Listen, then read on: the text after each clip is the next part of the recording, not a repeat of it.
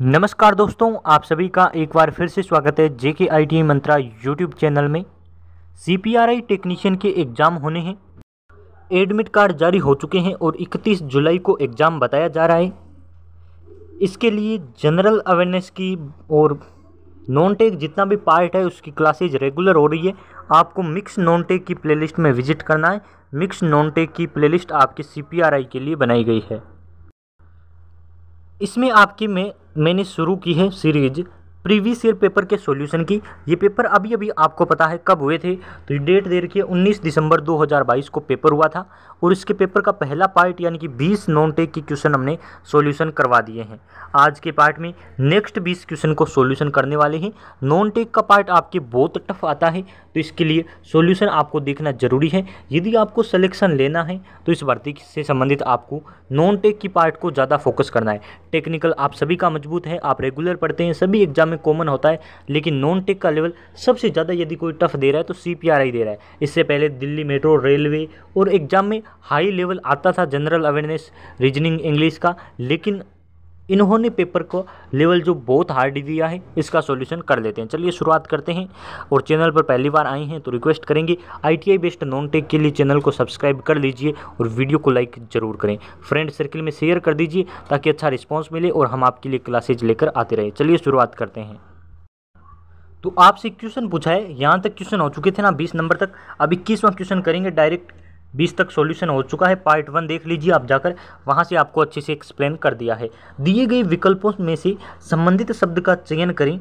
डल झील अनुपात में जम्मू कश्मीर, तो सलीम अली झील कहाँ है। अब देखिए इस क्वेश्चन को 2 लेवल में पूछ सकता है।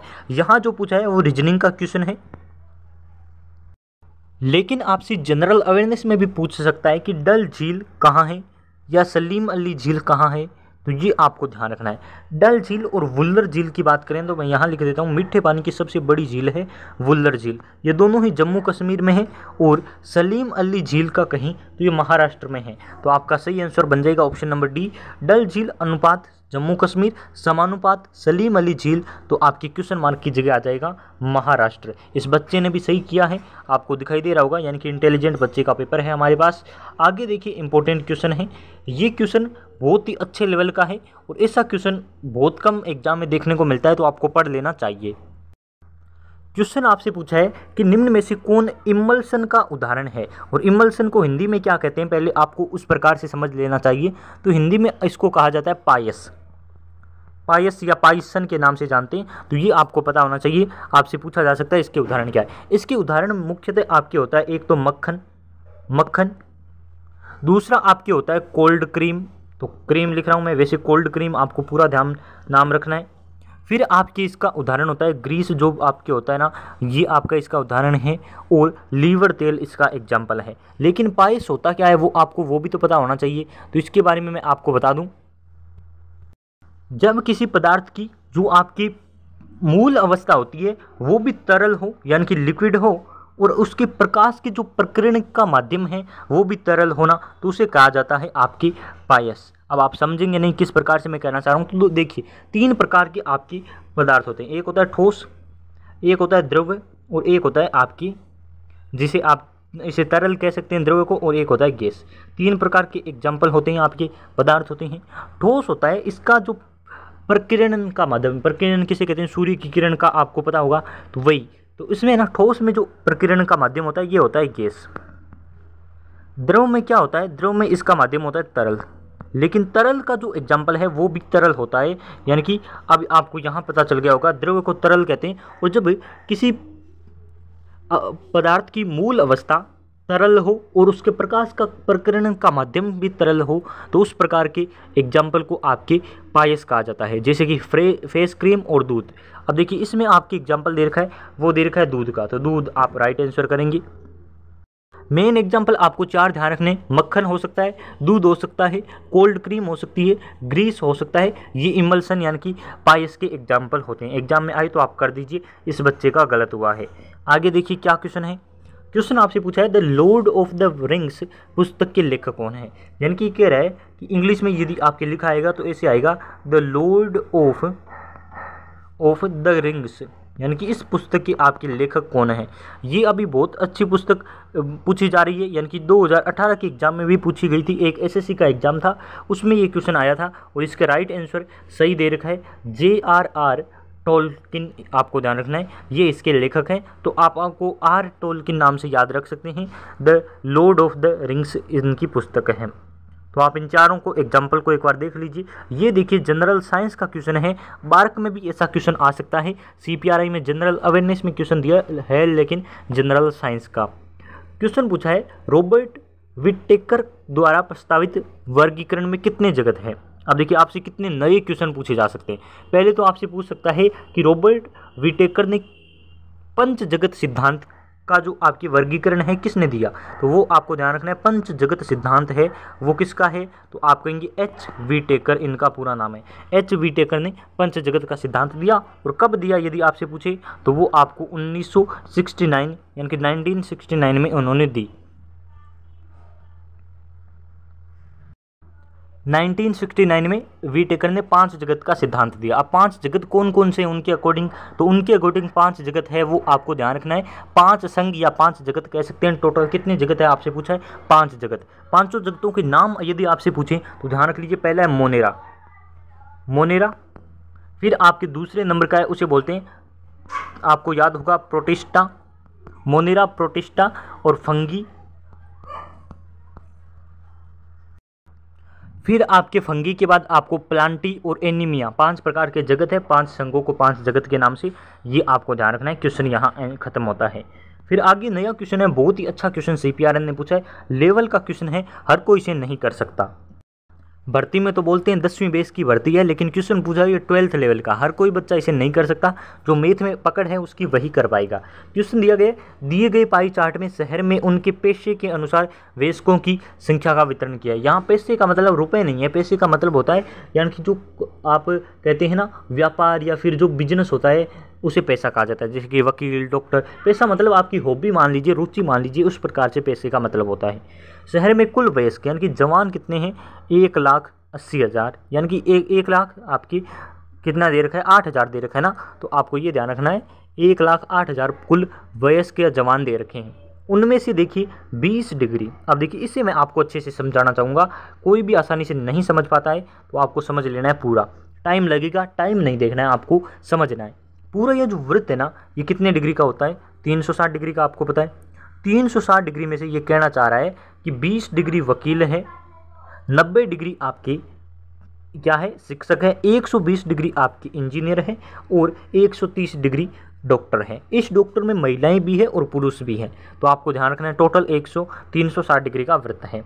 इसमें से आगे ये आपसे आगे क्वेश्चन पूछ रहा है कि 25% वकील, 60% शिक्षक, 20% इंजीनियर और 45% डॉक्टर महिलाएं हैं। यानी कि जो पूरा आपको दे रखा है उसमें से डॉक्टर में इतनी महिलाएं हैं, इंजीनियर में इतनी है, शिक्षक में इतनी है और वकील में इतनी महिलाएं हैं। तो आपको शहर में कितनी महिलाएं हैं उनकी संख्या ज्ञात करनी है। बहुत अच्छा क्वेश्चन पूछा है, मैं कहूँगा ऐसे क्वेश्चन उनको पूछने चाहिए, मार्क में भी ऐसे क्वेश्चन आने चाहिए। पहले तो मैं आपको बता दूं, जो शहर में इतने जवान हैं इन सभी को ये नौकरियां मिली हुई हैं। तो टोटल कितने जवान हैं आपको पता है, 1,08,000 जवान है।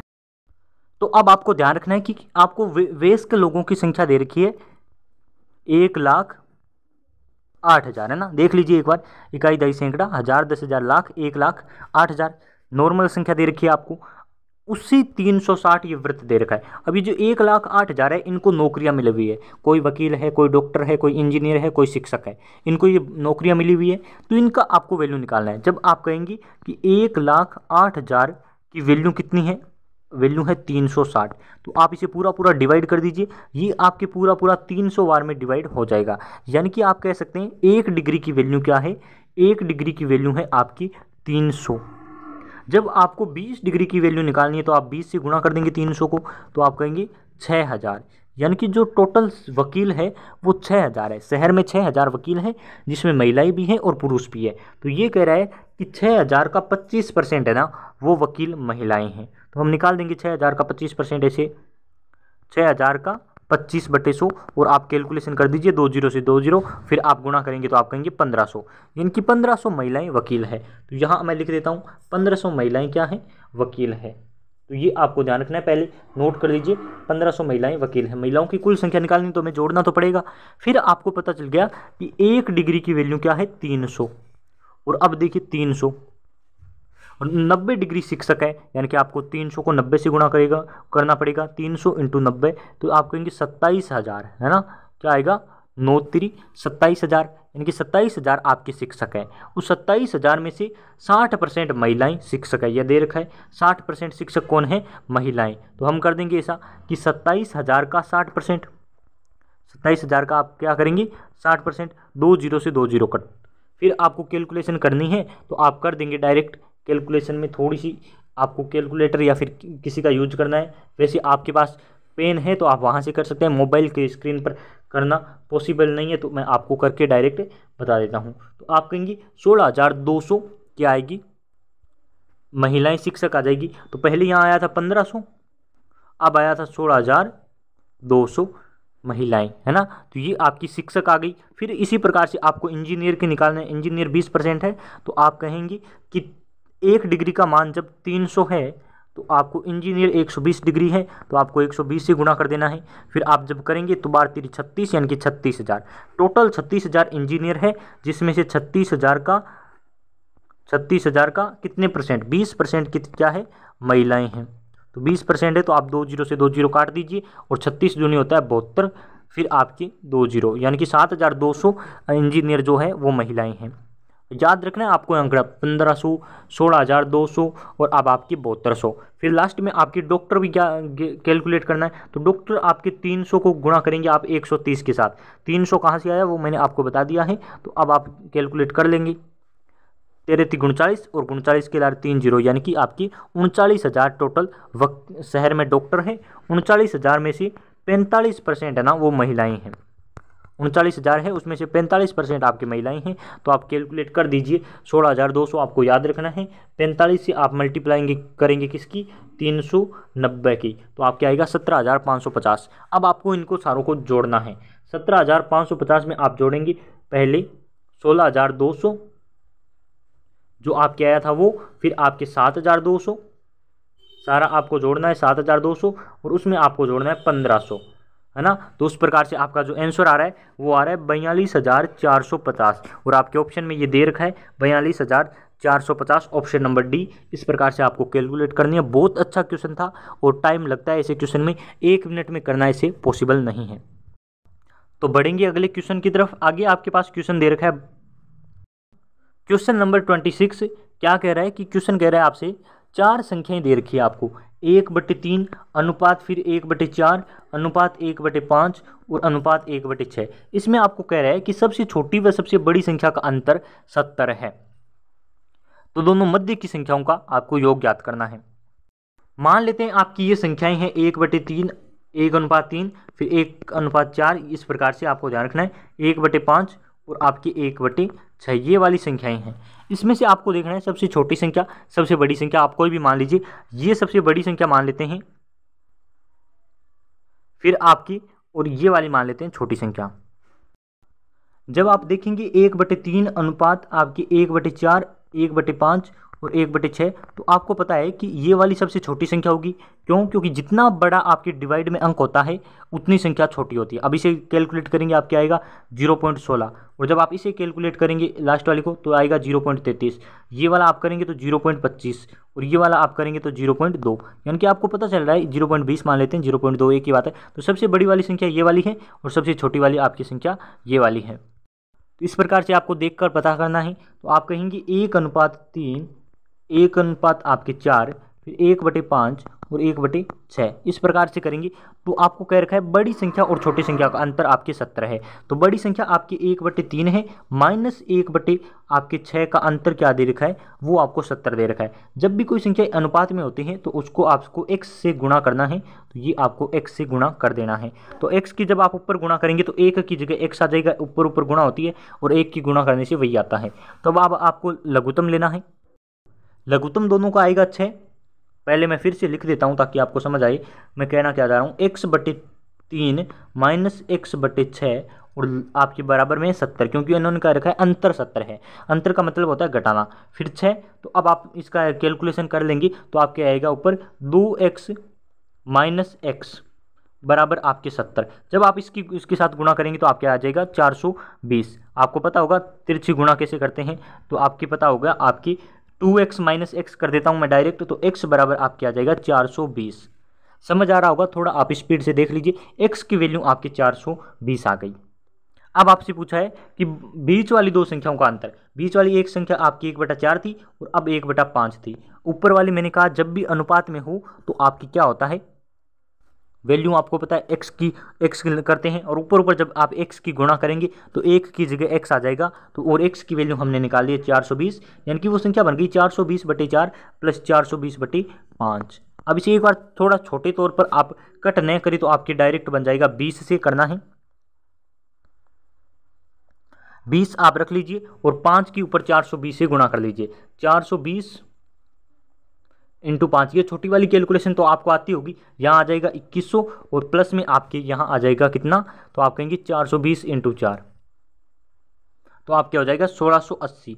ये कैलकुलेशन आपको आती होगी छोटी छोटी। अब आपको ऐड कर देना है 1680 में 2100, तो आपके आता है 3780। 3700 आपके 80, उसमें आपको 20 का भाग देना है। 0 से 0 काट देते हैं और आधा कर देते हैं। 1 आपकी 8 और आपकी 9, 1 8 9, ये 1 8 9 ये रहा आपका आंसर। दोनों का योग यही करना था, हमने डायरेक्ट कर लिया है। बहुत अच्छा क्वेश्चन है, आपके एग्जाम में आता रहेगा, तो इसे पढ़ लीजिए। ऐसे क्वेश्चन एग्जाम में आने चाहिए, दिल खुश हो जाता है। डीआरडीओ और ऐसे एग्जाम में आने चाहिए। डीआरडीओ की, दिल्ली मेट्रो के एग्जाम में ऐसे क्वेश्चन आएंगे, तभी आपका कहीं ना कहीं सिलेक्शन हो पाएगा। 27 नंबर क्वेश्चन पूछ रहा है आपसे, रीजनिंग का अच्छा क्वेश्चन है। रीजनिंग यही लेवल रहता है 10वीं लेवल का। किसी निश्चित कूट भाषा में आपकी इस फ्रूटफुल को लिखा ऐसे है, तो आपकी विलेज को कैसा लिखा जाएगा। अब मैं पहले तो आपको फ्रूटफुल को कैसे लिखा है वो बता देता हूँ। फ्रूट आपकी फुल, फ्रूटफुल को इसने लिखा है H, थोड़ा मैं नीचे लिखूंगा यहाँ, H आपकी TWKVHWN, ये आपको लिखा है। तो विलेज को क्या लिखेंगे, अब देखिए F के बाद क्या आता है G, एक छोड़ दिया है और डायरेक्ट लिख दिया है। R के बाद क्या आता है S, एक छोड़ दिया है। U के बाद V को छोड़ के W लिखा है। I के बाद J को छोड़ के सीधा K लिखा है, यानी कि बीच वाला एक छोड़ रहा है। T के बाद U को छोड़ के V लिखा है। F के बाद G को छोड़ के H लिखा है और U की जगह इसने V को छोड़ के W लिखा है। L की जगह M छोड़ के N लिखा है, एक छोड़ के लिख रहा है। तो चलिए विलेज में भी यही करते हैं। विलेज की स्पेलिंग आपको आती होगी, वरना आप देखकर लिख लीजिए। विलेज V के बाद आता है क्या आपकी VW आता है, तो आपको W को छोड़कर X लिखना है। चारों की शुरुआत में, 3 के शुरुआत में X दे रखा है, यानी कि आगे भी आपको कैलकुलेट करना पड़ेगा। I के बाद J आता है, उसे छोड़ देना है और J के बाद वाला लिखना है K, एक छोड़ के लिखना है। L के बाद आता है M, M छोड़ के सीधा लिखना है आपको NN। तो ये वाला ऑप्शन कहाँ तक मिल रहा है, तो आप कहेंगे 2 ऑप्शन में ऐसा मिल रहा है। A के बाद B को छोड़ के सीधा C लिखना है, ये रहा C। फिर आपके G के बाद H को छोड़ के I लिखना है और E के बाद आपको F छोड़ के G लिखना है। तो ये जो आपका मिल रहा है ऑप्शन नंबर D में, यही आपका आंसर बन जाएगा। डायरेक्ट ऐसे क्वेश्चन को आप कर सकते हैं, बहुत ही अच्छा क्वेश्चन है। CPRI की टेस्ट सीरीज हमने लॉन्च कर दी है मात्र 51 रुपये में, यानी कि 51 रुपये में आपकी टेस्ट सीरीज मिल रही है। तो जरूर ज्वाइन कर लीजिए। पूरे आपके 15 मॉडल पेपर है, एग्जाम से पहले आपकी तैयारी हो जाएगी। अभी तक आपके पास लगभग 5-6 दिनों का टाइम है, आप प्रैक्टिस कीजिए। 50 रुपये में कुछ नहीं आता है। टेस्ट सीरीज अभी एकदम सस्ते दाम पर है, तो आप जाकर ले सकते हैं। नाम मात्र का शुल्क है 50 रुपये, हर किसी के पास होते हैं, आप जाकर ले सकते हैं। इस बार हमने कमाने की दृष्टि से नहीं, सिर्फ आपके भले के लिए इसे एकदम कम रुपए में कर दिया है। फ्री में तो करते हैं, इसलिए बच्चे ज्वाइन नहीं करते हैं, इसलिए हमें कुछ ना कुछ रखना पड़ता है। और इंटरनेट हैंडलिंग चार्ज भी लग जाता है, इसलिए कुछ रखना पड़ता है शुल्क। तो आप ज़रूर लीजिए, 5-6 दिन में आपकी प्रैक्टिस हो जाएगी। चलिए, नीचे दिए गए विकल्पों में से गौतम बुद्ध का सही जन्म स्थान चुनें। बहुत अच्छा क्वेश्चन है, जनरल अवेयरनेस का। चारों ऑप्शन में से एक नया क्वेश्चन आता है। पहले तो मैं आपको बता दूं, गौतम बुद्ध का जन्म क्या माना जाता है, 563 ईसा पूर्व। इसमें नहीं है, ईसा पूर्व है, ये ध्यान रख लीजिए। ईसा मसीह से इतने वर्ष पहले। कहाँ हुआ, लुम्बिनी में हुआ। इक्ष्वाकु वंशीय क्षत्रिय शाक्य कुल के राजा सुधोधन के घर हुआ। तो ये भी आपको ध्यान रखना है। इनके पिता का नाम सुधोधन था और इनका जन्म कब हुआ, कहाँ हुआ, इतनी बातें आपको ध्यान रखनी है। फिर आपसे पूछा जाता है कि इन्होंने कुशीनगर में क्या किया, सारनाथ में क्या किया, बोध गया में क्या किया, वो भी आपसे पूछे जा सकते हैं। सारनाथ में जब आपसे पूछे तो ये आपको ध्यान रखना है, बुद्ध ने अपना पहला उपदेश यूपी के बनारस शहर के पास सारनाथ गांव में दिया था। तो पहला उपदेश बुद्ध ने कहाँ दिया, ऐसा क्वेश्चन आने पर आपको ध्यान रखना है, सारनाथ में इन्होंने अपना पहला उपदेश दिया। कुशीनगर से संबंधित यदि क्वेश्चन आए तो ये आपको ध्यान रखना है, 483 ईसा पूर्व कुशीनगर में, उत्तर प्रदेश के कुशीनगर में इनका आपके लिखा हुआ है, इनका देहांत हो गया। और इस घटना को क्या कहा जाता है, महापरिनिर्वाण के नाम से जाना जाता है। ये कुशीनगर में इनका देहांत हुआ, सारनाथ में पहला उपदेश, लुम्बिनी में इनका जन्म। नेपाल से संबंधित है ये लुम्बिनी, तो आपको ध्यान रखना है, आगे आपसे यही क्वेश्चन पूछा जाएगा। पढ़ते हैं आगे क्वेश्चन की तरफ। और आपकी 29 नंबर क्वेश्चन पूछा गया है कि आपको दे रखे कथन, इसमें से आपको सेलेक्ट करके लिखने हैं कि कौन सा सही है कौन सा नहीं है। कथन पढ़ लीजिए, सभी महीने सितंबर है, सभी महीने अक्टूबर है, ऐसा दे रखा है। तो अब आपको देखना है, चार ऑप्शन पढ़ने हैं, चारों में से सही कौन सा है ये आपको ध्यान करना है। पहला ऑप्शन कह रहा है कुछ महीने अक्टूबर सितंबर है, आगे वाला कह रहा है सभी सितंबर है अक्टूबर है, सभी अक्टूबर है और सभी सितंबर है। तो ये ऊपर वाली लाइनें कह रहे हैं सभी सितंबर है सभी अक्टूबर है, तो सभी नए सितंबर हो सकते हैं, नए अक्टूबर हो सकते हैं। तो पहले वाली लाइन ही आपको ध्यान रखनी है, कुछ महीने सितंबर है कुछ अक्टूबर है, इस प्रकार से इसका आंसर हो जाएगा। आगे बढ़ते हैं, लास्ट यही क्वेश्चन करेंगे, क्लास लंबी हो चुकी है, मैथ के क्वेश्चन समझाने लायक थे इसलिए क्लास लंबी हो चुकी है।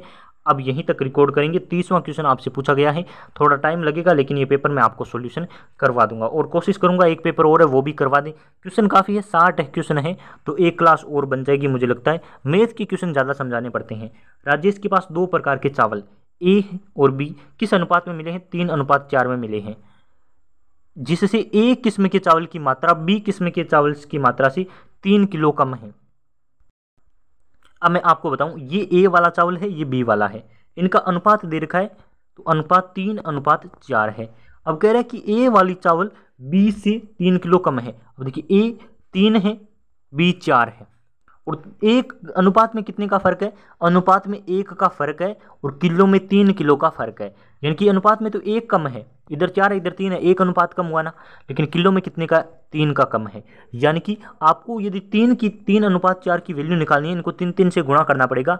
यानी कि ए वाला चावल है वो 3 9 kg है और बी वाला जो चावल है वो 12 kg है। इस प्रकार से आपने ज्ञात कर दिया। आगे कहा है ए और बी किस्म के चावल का मूल्य 30 रुपये और 20 रुपये है। इसकी जो रेट है वो 30 रुपये किलो है और इसकी रेट है वो 20 रुपये किलो है। तो अब कहा है चावल की कुल मात्रा का औसत। अब 1 किलो की वैल्यू 30 रुपये है, तो 9 किलो की वैल्यू 270 रुपये हो जाएगी, और इधर क्या हो जाएगी 12 दूनी 24, यानी कि 240 रुपये की 12 किलो आएंगे। अब इनकी वैल्यू का आपको निकालना है योग। तो देखिए आपको पता है औसत निकालना है, 270 प्लस 2 आपके 240 था ना, तो ये आपको जोड़कर 2 का भाग देना है, क्योंकि चावल 2 है। आपको पता होगा औसत निकालने का फॉर्मूला संख्याओं का योग बटे संख्या। तो अब आप कैलकुलेशन करेंगे तो 200 आपकी 400 और 510 रुपये लगेंगे 2 किलो। फिर आपको डिवाइड करना है, तो 500 का आधा हो जाता है 250 और आपके 55, यानी कि 255 के समथिंग आ रहा है आपकी।